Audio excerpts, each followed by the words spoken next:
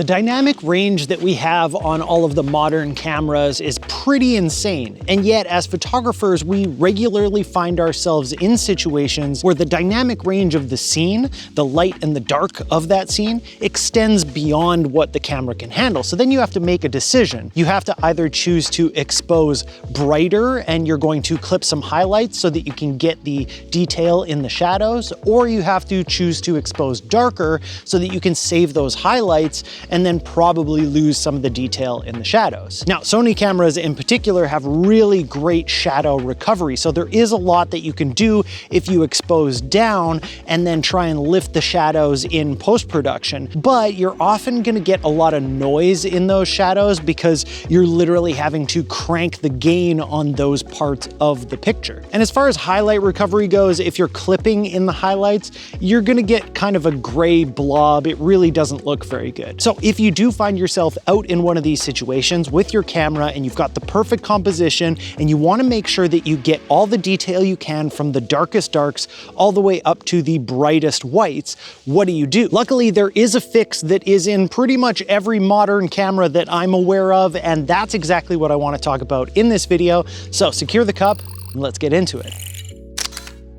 There are two parts to making this trick happen. The first part is what happens in the camera, what we're gonna do with the settings here, and then there's the software part, what we're gonna do in our editing software. Kicking things off with the camera part of it, we're gonna be doing something called exposure bracketing. Shooting in a bracketed exposure mode allows us to take a series of photos at different exposure settings, and then we can combine them later to get the dynamic range of all of them. So for example, we'll take 5 photos, let's say, and we'll go from darkest to brightest. We can take the bright parts from the darkest photos, the ones where we have saved those highlights, and then we take the dark parts of the brightest photos so that we can get those nice clean shadow areas, and we combine them all together. There are a few things that you want to keep in mind when you're shooting bracketed exposures, like for example, you want to be using a tripod if possible so that the camera isn't moving between shots. The exception to this is if your camera can take really fast burst photos and you can get your shutter speed high enough to accommodate for the speed of that burst. That way, when you take the burst of photos, there's not enough time for your hand to actually move in between them. I have definitely got away with using handheld bracketed photos before, but your mileage may vary depending on your camera. The other thing that I recommend is to lock your focus off into manual focus mode so that your focus isn't changing in between shots. Then it just comes down to the settings that your camera will allow you for bracketing modes. It's gonna be a little bit different on every camera, but I'll show you how I have it set up in my Sony Alpha 1 Mark II. There's an otter over there on the rock.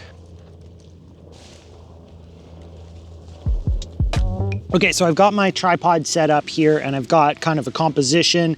It's not necessarily the kind of composition where we would need this, but I think it's good enough to give the example. So we can see here that if I change my exposure so that the foreground looks good enough, so it's got enough light on it, then that rock and the sky is totally blown out. If I start to dial back the exposure so that the rock looks good, we've got way too little light in that foreground. And that only gets worse when you're shooting at something like sunset where everything is kind of silhouetted, and you're definitely gonna wanna use this function. So for this scene, I wanna shoot at something like, let's say f8. So that's about kind of a middle ground as far as exposure goes. Now, the first thing that we're gonna wanna do is find our drive modes, and that's usually where you can find the bracketing mode. In the Sony menu, under the shooting category, we can go down to drive mode if we want, and then choose the drive mode from there, or you can set it to a custom button. So I have it set to the left button on the back wheel, and it brings it up on the left side. So I wanna go down until it says continuous bracket. Now, there are 2 different bracket modes. There's continuous bracket or single bracket. The only difference between the two is that in continuous bracket, it will automatically burst shoot all of those photos for you, whereas single bracket, you're gonna have to keep hitting the button over and over, and it'll take each different exposure every time you hit the button. So we're gonna go to continuous bracket, and then we have some options. We can choose the exposure values, so we can shoot from 1/3 of a stop in between each of our exposures all the way up to to 3 stops of difference between our exposures. I like to do it at about 1 stop, and then we can shoot anywhere from 2 images all the way up to 9 different images, so 9 different exposures. I like to set it at about 5, but it depends on the scene. The more dynamic range in the scene, the more you need to shoot. And then if we go to this right arrow beside that, we actually get more different settings. Self-timer during bracket, so if you wanted to be able to have a 2-second timer before it took all the photos, 5 seconds or 10 seconds, let's set it to 2 seconds. Then you've got the bracket order. By default, it actually sets it on this top one where it takes the photo that you have set up. So whatever settings you have, that's the middle one. Then it's gonna go down, in this case a stop because that's what I've chosen. Then it's gonna expose up, and it's gonna expose down by 2 stops and up by 2 stops. I personally like to go from the minimum all the way up to the maximum. So it's gonna go with the darkest exposure first, then the second darkest, then the one that I have set up, then 2 above that as well. And I just find that easier for later on when I get into my editing software. I can just find my exposure bracket sets a little bit easier because they go from dark to bright. Then all we're gonna do is we're going to get our focus. I'm going to change it into manual focus, which I just have a button for here. So press that button and we should be in manual focus. And now when I hit my shutter, it did the 2-second timer, and then it took the 5 shots. Now, if we go play those back, we can see the first one is super dark, so this would be preserving our highlights. Then as we go up and up and up again, now we're getting those shadows, beach in the foreground, we're getting those nice and clear. So we'll have really low noise in those areas. One of the nice things that I like to do when I'm bracketing is if you hit the display button, it'll show you where you're clipping. On this first shot, you can see those little blinking white parts. That's where I clipped in the dark areas. Then if we move up and up, you can start to see where I'm clipping on those ones. So what I want to do is just make sure that there are at least a photo where our highlights aren't clipping and our dark parts aren't clipping. If I don't have at least one photo of each of those, then I want to change my settings to make sure I get that. Holy Hannah. I am an old man. How the camera is going to choose to change your settings to get different exposures is gonna be a little bit dependent on which mode you're in on your camera. So I was shooting full manual and it chose to change the shutter speed, which is what I wanted in this specific case. But you can kind of mess with that by going into shutter priority or aperture priority. You can mess around with slightly different modes and get slightly different outcomes. That being said, we now have our bracketed photos and all that's left to do is get them into software and combine them. All right, so we're in Lightroom. We've got our 5 exposure bracketed photos. I'm gonna be using the ones that I've been showing you throughout the scene. This was shot at Zion National Park. I'm not gonna use the one that I shot out at the beach because this one gives you a way better idea of what is capable with exposure bracketing. The first thing that we're gonna do is we're going to highlight our 5 photos. So we've got our different exposures going on here. I'm going to highlight all of them by clicking on one and shift clicking on the last one. Then I'm going to right click and I'm going to click Photo Merge HDR. Now we've got some options here. So up at the top, we've got our auto align. I generally leave this on all the time. Even if I was using a tripod like I was on this shot, I like to just let Lightroom do the alignment for me because who knows what happened.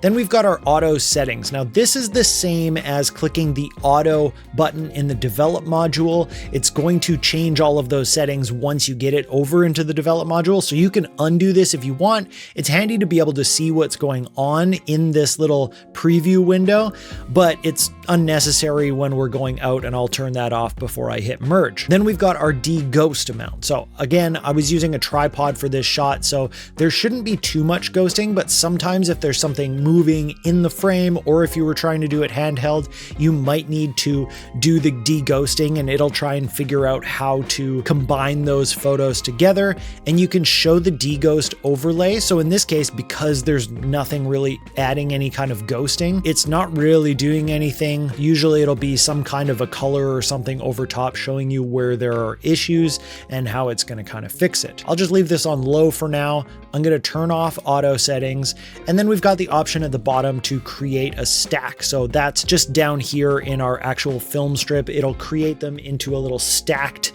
area with the HDR version, so the combined version sitting on top so that it's just a little more organized. And then we're going to hit merge. Because I've already already done this, I'm actually gonna hit cancel. And what we get as an output is this guy right here. And the file name has changed to the same file name as the first photo, and then it's got HDR and it's a DNG. So it is still a raw file. We've still got all of the information of all 5 of those photos now compiled into this DNG. Really quickly, I want to show you why this is so wonderful. So of course it still looks really dark, like we're way too dark. So we're going to crank up our exposure until our shadows are somewhere around where we want them to be.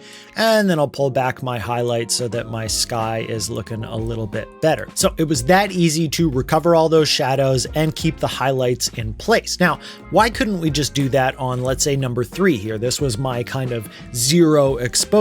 So let's say we crank up the exposure on this one to about the same place. We bring down the highlights, and technically we are okay. We weren't clipping in either case, but if we go into a comparison mode, on the left-hand side, we've got the regular photo. On the right-hand side, we've got the merged version. So this is our exposure bracketed version. And if we zoom in on some of these dark areas here, look at how much noise is down here in these trees comparatively to the HDR version. So the HDR version looks so much cleaner, and you can see it up on these rocks here too, where it was dark. So we've got all this noise on the rocks, whereas in the HDR version, it's nice and clean. So that's really the big advantage to doing things this way, is that you're gonna get nice clean shadows as compared to if you shot dark to try and preserve your highlights and then tried to bring everything up. And so then of course in Lightroom, there are tons of things that we can do from here to get our edit done. And where I ended up was with something kind of like this. Now that you know how to shoot HDR photography using exposure bracketing, you're basically unstoppable, at least as far as dynamic range goes. So my question to you is, how are you planning to use this? Leave a comment down below, let me know, and on your way down there, make sure to hit the like and subscribe button and that bell notification so you don't miss out on future videos. Thank you so much for watching, and I'll see you next time.